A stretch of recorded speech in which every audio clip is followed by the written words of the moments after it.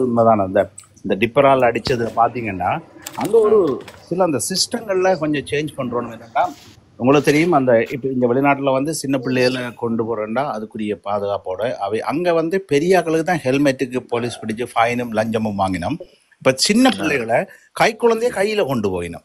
அப்ப இது எங்களோட மக்கள்லையும் பிழை இருக்குது, அந்த சட்டத்திலையும் ஒரு பிழை இருக்குது. இப்ப வந்து அந்த ஒரு பிள்ளை இறந்தது, ஒரு பிள்ளை வந்து நான் நினைக்கிறேன் 2 வயசு பிள்ளை இறந்துட்டுது, 6 வயது பிள்ளை காயமா வைத்தியசாலையில தாய் தகப்பன் அனுமதிக்கப்பட்டிருக்கு.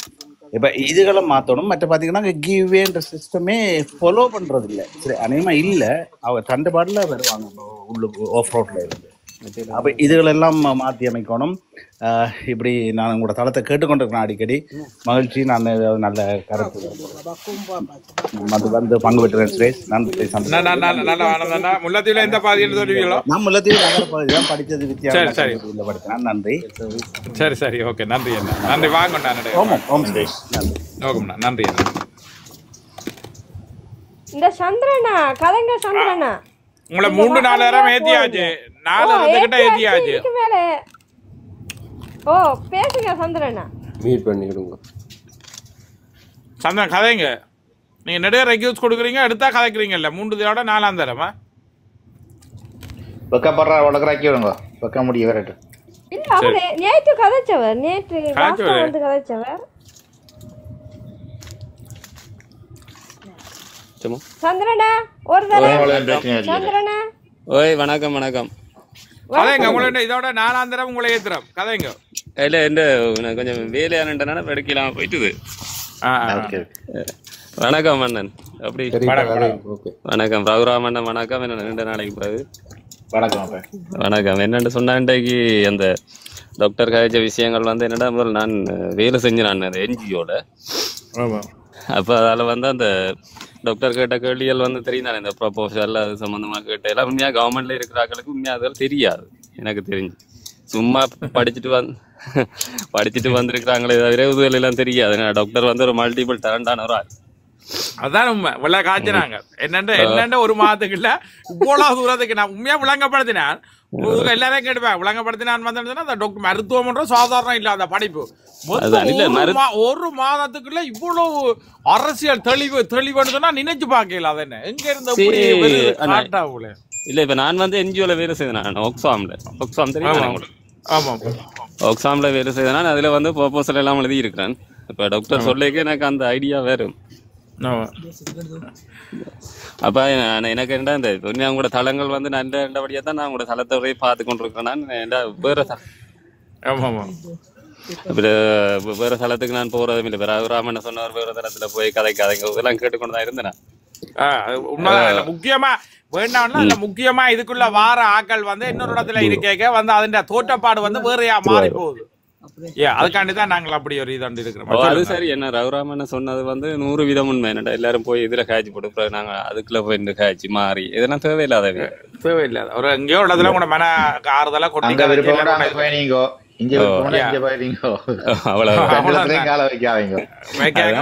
இடம் தடாட்டிக்கும் பரவாயில்ல. ரெக்யூஸ் கொடுத்து முடியும் உங்களை மேலே ஏற்றி விருப்பமான நேரம் கதையுங்க, இன்னமும் கதையுங்க, உங்களோட மன இதெல்லாம் கொட்டுங்க.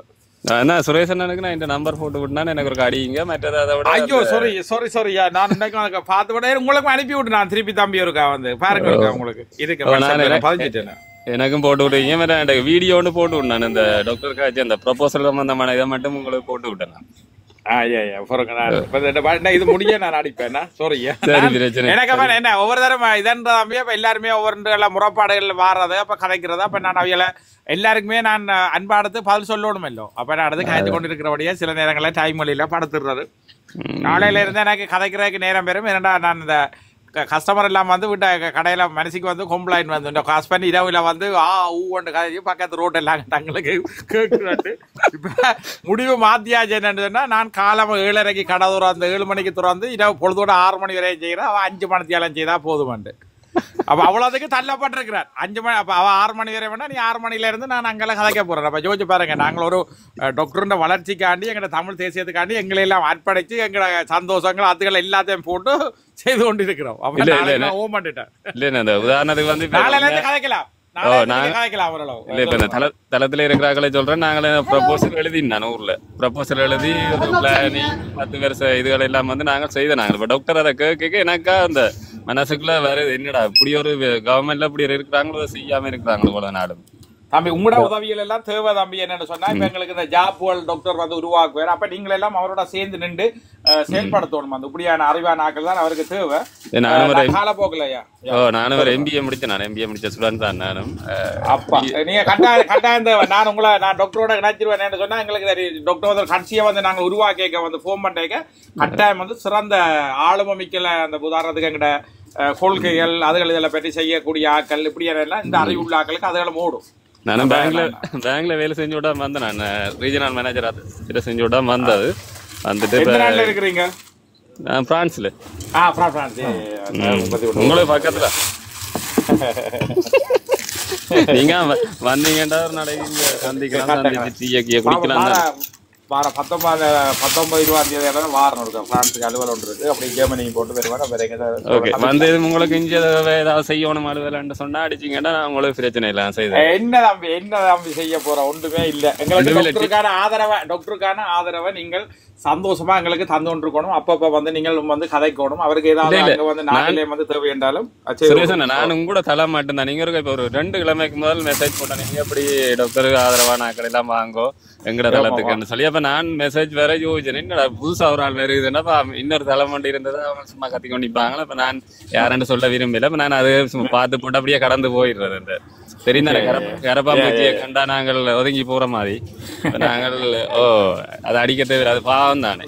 அப்ப மணக்கம் பிடிச்சீங்கன்னா மணக்கம் என்ன கையில அது மணக்கம் அதுகளுக்கெல்லாம் நாங்க தொடக்கூடாது. அதை வந்து விலத்தி விட்டுறோம். அது போய் எங்கேயாவது ஒதுங்கி ஏதாவது செய்யும் அல்லது ஒரு 3 கிழமையில செத்து போயிருமா.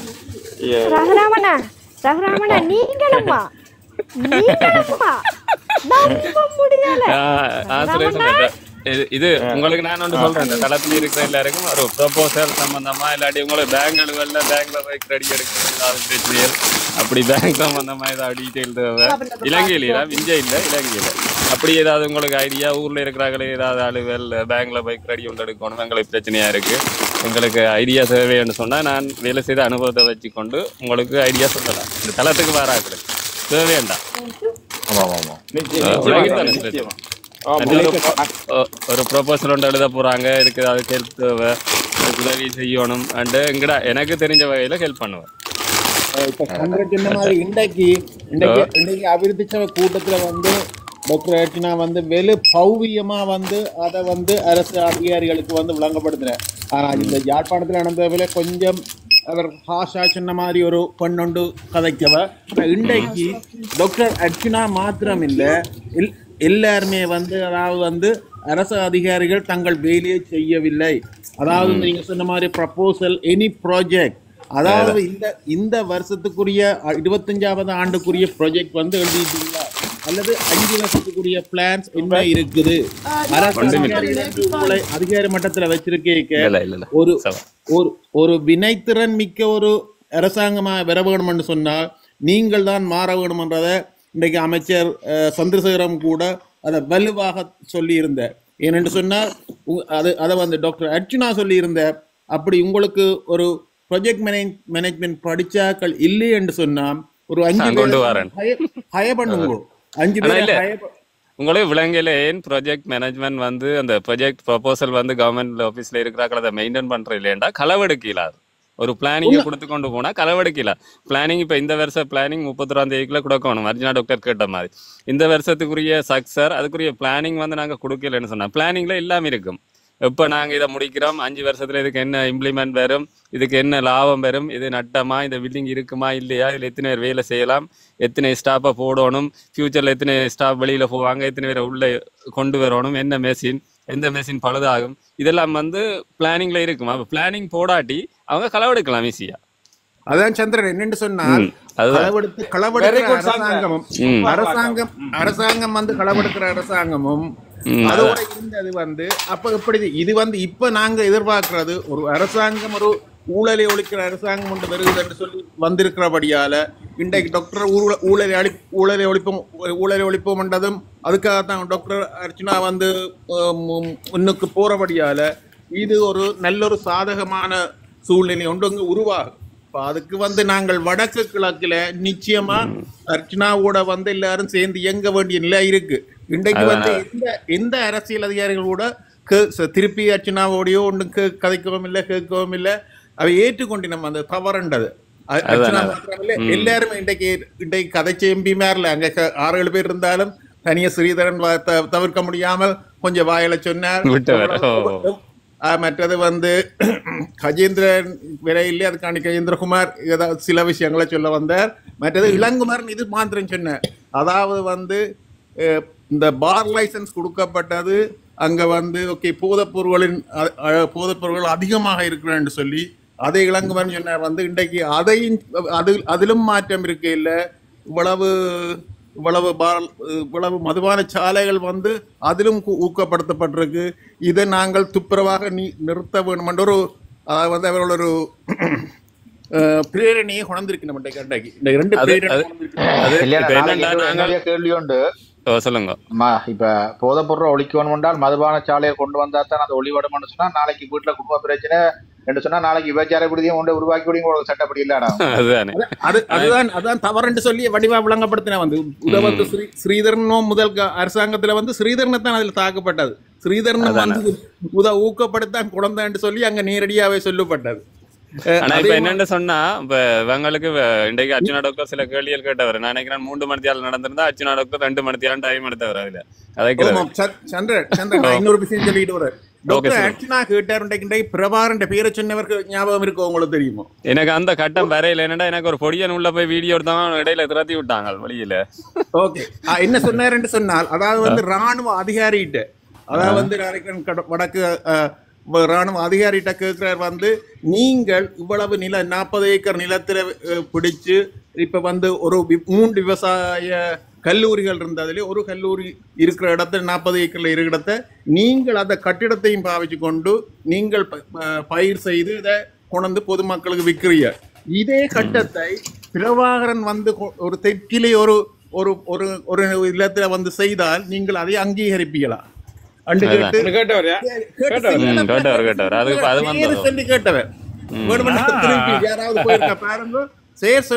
வந்து உடனே வந்து அதை சிங்களத்துலதான் கேட்டு போடுறோம், தமிழும் வடிவா சொல்லிட்டு அவர் வடிவா அப்புறம் இங்கிலீஷ்லையும் கொஞ்சம் கதைச்சு அதை சொன்னவர் வந்து தவறுதான் என்று சொல்லி முடிஞ்ச அளவு நாங்க விடுவோம் போட்டு. இன்னொரு விஷயம் அதுல அதாவது வந்து அரச அதிகாரி மேட்ட கேட்டவர் நீங்கள் இந்த அதாவது விவசாய பகுதி அதிகார பகுதியிட்ட கேட்டவ அதிகாரிகிட்ட கேட்டவ நீங்கள் என்ன ரிக்வஸ்ட் கொடுத்திருக்கிறீங்கள்? அரசாங்கமா விட்ட எத்தனையோ குறிப்பிட்ட ஒரு சில பகுதி ஏக்கரை மாத்திரம் தவிர மீதியை விட வேணும் என்று சொல்லி அல்லது அது என்ன செய்ய போறோம் என்று நீங்கள் கேட்டீங்களா? அப்ப அதுக்கு சந்திரசேகரன் கூட சொன்னது இல்லை, அவ விட்டால் தான் செய்யலாம். அவக்கு முதல் நீங்க விட்டால் தான் அவ செய்யறதுக்கு விடுறதுக்காக என்ன நீங்கள் செய்திருக்கிறீங்க இதுவரை அதுக்கு வந்து ஒரு அதிகாரியுமே பதில் சொல்ல முடியாத நிலைமையெல்லாம் இருந்தது. அங்க ஒரு பிளானிங்கும் இல்லை, என்னத்தை சொல்றது? அதான் என்ன பிரச்சனை இதுதான் நடந்து கொண்டு இருந்த இவ்வளவு அரசாங்கம் என்னடா இப்ப என்ன பிரச்சனைடா நானும் இருக்கா. நாங்கள் ஒரு உதாரணத்தை சொல்றேன். நான் 2011ஆம் ஆண்டு கடைசியா ஒரு என்ஜிஓல வேலை செஞ்சேன். அப்ப ப்ரோக்ராம் கோஆர்டினேட்டர்கள் வச்சுக்கல இப்ப செல்டர் அப்ப அந்த இடம்பெயர்ந்த சனத்துக்கு செல்டர் அடிச்சு கொண்டு வந்தாங்க. அப்போ ஒரு ப்ரொஜெக்ட் ஒன்று வந்தது ஒரு இதால. அப்போ போய் ராசநாயகமோ யாரோ இருந்தவங்க மறந்து போயிட்டார். அப்ப அவரை ஜிஏட்ட போய் கேட்க சொல்ற இப்படி ஒரு பிளானிங் ஒன்று இருக்கு, ஒரு ப்ரொஜெக்ட் ஒன்று இருக்கு, நீங்க ஒரு ப்ரொபோசல் ஒன்று தாங்கன்னு கேட்க அவர் ப்ரொபோசல் ஒன்றா என்னன்னு கேட்கிறார் ஜிஏ. அப்ப அவருக்கு தெரியாது. அப்ப நான் திரும்பி விளங்கப்படுத்தினேன், இப்படி ஒரு ப்ரொபோசல் உங்களோட சைட்டால நீங்க ரிக்வெஸ்ட் பண்ணி தந்தா தான் நாங்கள் உங்களுக்கு மில்லியன் கணக்குல காசு ஒதுக்குவோம். அதுக்கு பிறகு நீங்க செல்டர் எந்த சைட்டுக்கு தேவைன்னு சொல்லி நீங்க ரிக்வெஸ்ட் பண்ண பிறகுதான் நான் கொழும்புக்கு வந்து அப்போலுக்கு அனுப்பி உங்களுக்கு நீங்க ஃபண்டை செய்யலாம். உங்களுக்கு ஐடியா இல்லாம நாங்க என்னென்ன செல்டரை டிரெக்டா செய்யறது? நான் என்ன ஆக்களை ஒரு ஜிஎஸ்ஐ முடிச்சு வெள்ளத்திட்டு செய்யறதா இல்லையே. இதுதான் சந்திரன் வந்து என்னென்றால் யாழ்ப்பாண அபிவிருத்தி சபை கூட்டத்தில் நடந்த பொழுது ஒரு பண்ணிட்ட கேட்டார்.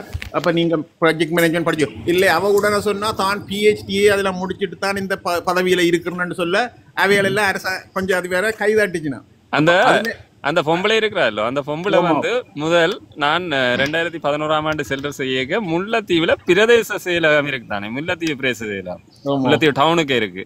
அதுல வந்து பிளானிங் ஆபீசரா இருந்தவா அப்படியே காய்ச்சவா. இப்ப உங்களுக்கு தெரியுமோ தெரியல. இல்ல அது நாங்க குறைத்து மதிப்பிட தேவையில்லை. அவ படிச்சிருக்கலாம். உங்களுக்கு பிளானிங் ஆபீசரா இருந்தவ நாங்க நான் அவன் கொஞ்சம் சந்திச்சேனா அப்ப அவார்டையும் போய் பிளானிங்க கொடுக்க அவ என்ன சொல்றான்னு சொன்னா எனக்கு சந்திரன் இதுகளை எல்லாம் தெரியாது, ஜிஏட்ட தான் கேட்கணும். அப்ப அந்த நேரம் முல்லைத்தீவுக்கு ஜிஏ இல்ல, இவர் தான் பார்த்தவர் கிளிநொச்சியில இருந்து. அப்ப அவ கிளிநொச்சியில அவர்கிட்ட கேட்கதான் அவர் இவா கடிச்சு சொல்றா நீங்க ப்ரொபோசலை கொடுங்கடா, இவாட்ட போய் கேட்க இவாக்கு டைம் இல்லையா. இல்ல ஆனா அவ கொஞ்சம் கதைக்க கூடிய திறமையிலேயாக்கும் அன்றைக்கு அர்ச்சனா டாக்டர் அர்ச்சனாவோட வந்து அப்படி கதைச்சிருக்கிறா. அப்ப அது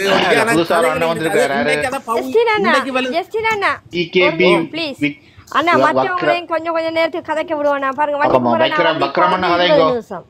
மற்றவங்களும் கதைக்க விடுவோம் கொஞ்சம் இடம். விக்ரம் வணக்கம். வணக்கம் அன்பான உள்ளங்களுக்கு வணக்கம்.